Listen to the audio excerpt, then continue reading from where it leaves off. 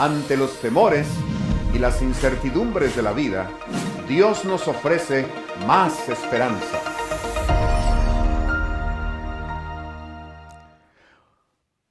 Un gusto poderlos saludar y darles una cordial y sincera bienvenida a este programa tan especial donde se va a estudiar la palabra de Dios en grupos pequeños. Quisiéramos de manera especial pedir que las bendiciones de Dios puedan ser derramadas sobre cada uno de ustedes y que ustedes puedan de esta manera no solamente disfrutar, aprender, sino también ser grandemente inspirados a través del estudio de la Santa Palabra del Señor. Será un gusto entonces en este momento poder invitarlos a ustedes para que ahora el instructor del grupo pueda entonces tomar su tiempo y poder estudiar con ustedes las Sagradas Escrituras.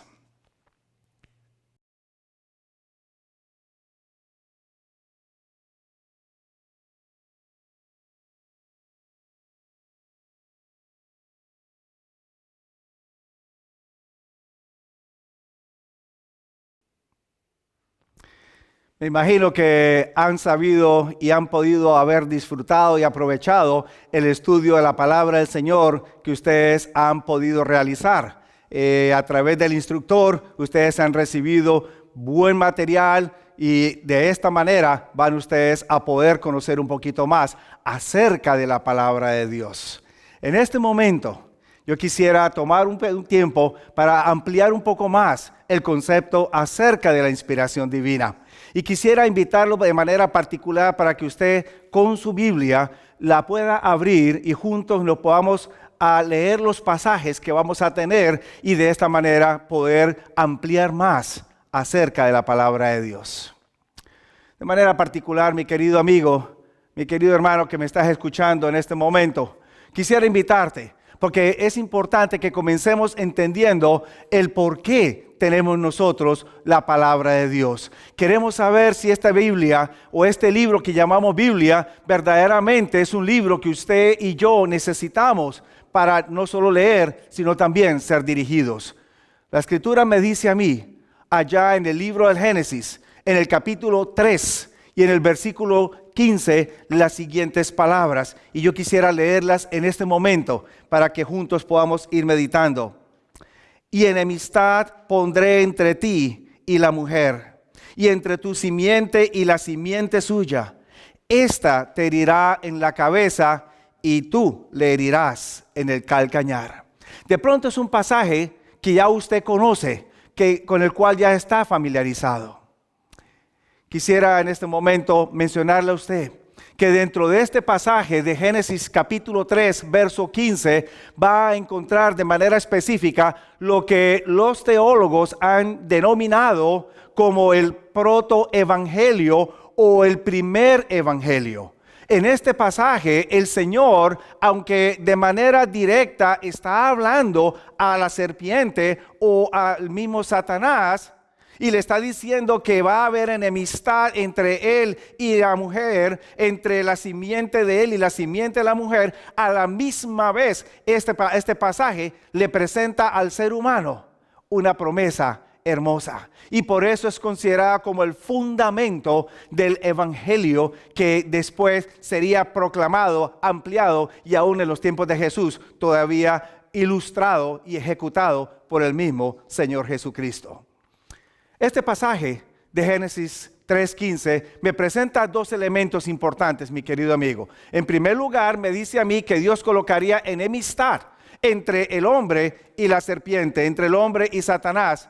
Y esa enemistad indicaría que no solamente el hombre no disfrutaría del pecado, sino que a la misma vez era una certeza de que el diablo no tendría control absoluto de la creación de Dios. Y en el momento en que éste pudiera estar tomando control, Dios intervendría para poder entonces eliminar ese control.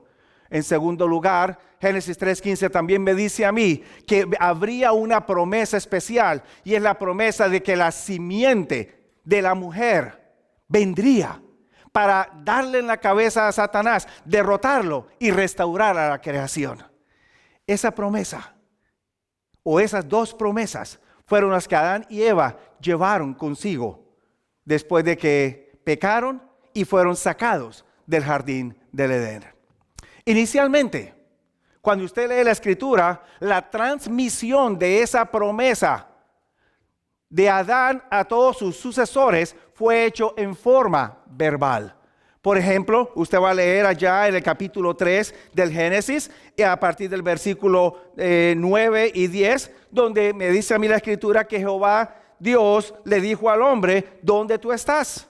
Y entonces el hombre respondió y le dijo, oí tu voz en el huerto y tuve miedo y me escondí. Usted puede leer también allá en el libro del Génesis, en el capítulo 4, versículos 9 y 10, en el caso de la historia de Caín y Abel, donde Dios le habla a Caín después de que éste ha matado a su hermano y le pregunta, ¿dónde está Caín, tu hermano? Y la respuesta es, ¿soy acaso guarda de mi hermano? Y Dios vuelve a dialogar, ¿qué es lo que has hecho? Va usted a notar entonces que a partir del tiempo de Adán en adelante, la transmisión de esa promesa fue hecha en forma verbal. Mi querido amigo, esta transmisión verbal del evangelio, de la promesa del Señor, fue hecha desde el tiempo de Adán hasta el tiempo de Moisés. Todos los patriarcas se comunicaban con Dios, escuchaban a Dios. No lo veían, pero al menos escuchaban su voz, escuchaban sus instrucciones, sus mandatos, etc. Pero llega ahora el momento en que esta transmisión ya no puede ser hecha fácilmente de jefe de familia a jefe de familia o de patriarca a patriarca, porque ya para el tiempo de Moisés estamos encontrando que Dios no está trabajando simplemente con patriarcas y con las familias de un patriarca, ahora es una nación entera. Éxodo capítulo 15 me dice a mí que al salir el pueblo libre de Egipto, la Escritura me dice que eran 600,000 hombres, sin contar las mujeres y los niños. Así que si usted quisiera hacerse una idea y multiplicar quizás por la familia ideal que hoy en día se ve o se habla en muchos lugares, 4 personas en un hogar, papá, mamá, hijo e hija, y usted toma esos 4 y los multiplica por 600,000, un mínimo que pudo haber salido de allá de Egipto, de pronto 2,4 millones, 2,5 millones de personas, una transmisión verbal de la promesa del evangelio, de las instrucciones de Dios, pudiera ahora ser un poco más compleja.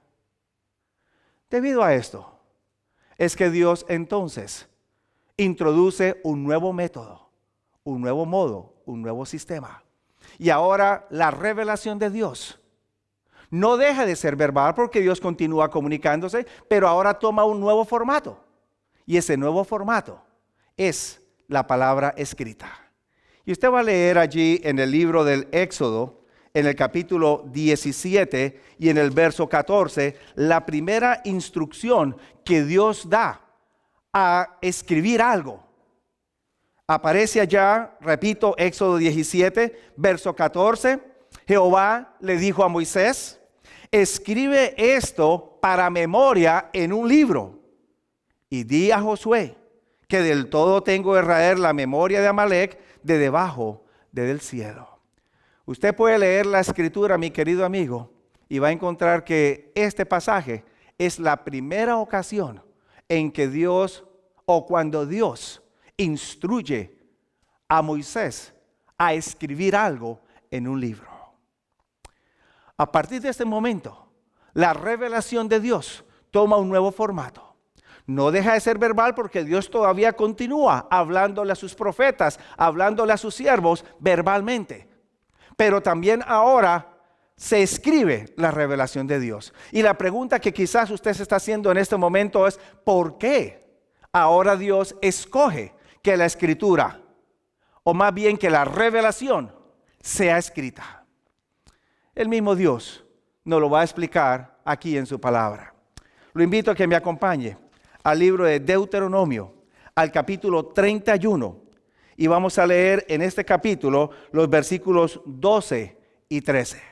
Moisés está arriba en el monte con Dios.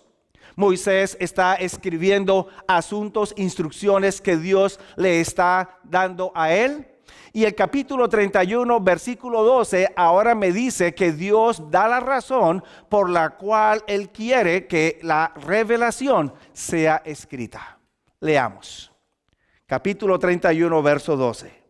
Harás congregar el pueblo, varones, mujeres, niños y tus extranjeros que estuvieren en tus ciudades, para que oigan y aprendan y teman a Jehová vuestro Dios y cuiden de poner por obra todas las palabras de esta ley. Repito, para que oigan, 1, para que aprendan, 2, para que teman a Jehová vuestro Dios, 3, y 4, para cuidar de poner por obra todas las instrucciones. Ahora, ¿qué debían de hacer los padres con estas instrucciones? Verso 13 me dice, y los hijos de ellos que no supieron, oigan y aprendan a temer a Jehová vuestro Dios todos los días que viviereis sobre la tierra para ir a la cual pasáis el Jordán para poseerla. Apreciado amigo que me está viendo en este momento, Dios tenía un propósito definido. Trabajar con familias patriarcales era sencillo o hacía sencilla la transmisión de una cabeza de familia a otra cabeza de familia. El riesgo de que hubiera distorsión de la transmisión del evangelio, de la promesa de Dios, era mucho más reducido. Cuando se trata ahora de una nación de 2 y pico o más millones de personas, la transmisión se torna más compleja. Y lo que a Dios en este momento más le interesa es no solamente que ellos conozcan esa promesa, sino que la entiendan y la puedan poner en práctica. El verbo oír, que viene del hebreo shamar, implica obediencia. Así que el oír conlleva a obedecer y a la misma vez, al obedecer, está públicamente reconociendo que se teme, se respeta y se sigue a Dios. Mi querido amigo, no solamente la escritura de Moisés fue importante para su tiempo y tuvo autoridad para su tiempo, sino que con esta misma base, todos los demás profetas escribieron, todos los demás autores del Antiguo Testamento escribieron. Y ahora cuando venimos al Nuevo Testamento, encontramos que Jesús también toma los escritos de Moisés, los escritos de los profetas y los otros autores del Antiguo Testamento y les da la misma importancia, la misma autoridad, porque tienen la misma inspiración que viene del Señor. Ahora bien, mi querido amigo, ¿qué hacemos con esta palabra?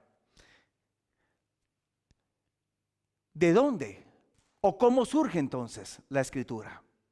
Leímos que Moisés escribió.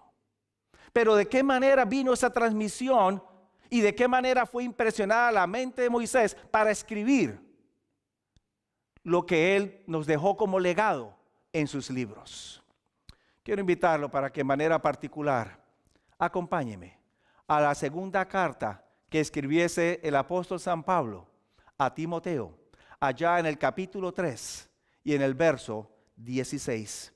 Segunda carta del apóstol San Pablo a Timoteo, capítulo 3 y el versículo 16. Hay un pasaje que usted, estoy seguro, no solamente estará familiarizado, de pronto hasta se lo podrá conocer de memoria.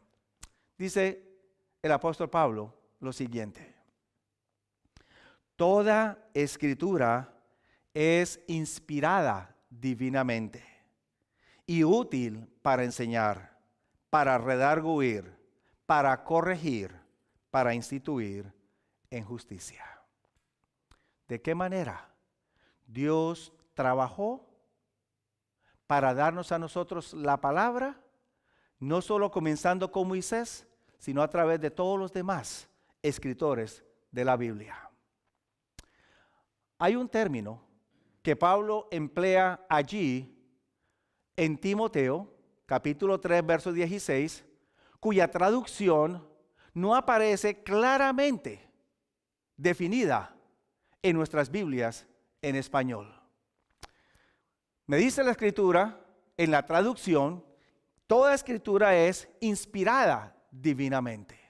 La frase inspirada divinamente es la traducción de un vocablo griego que se compone de dos palabras.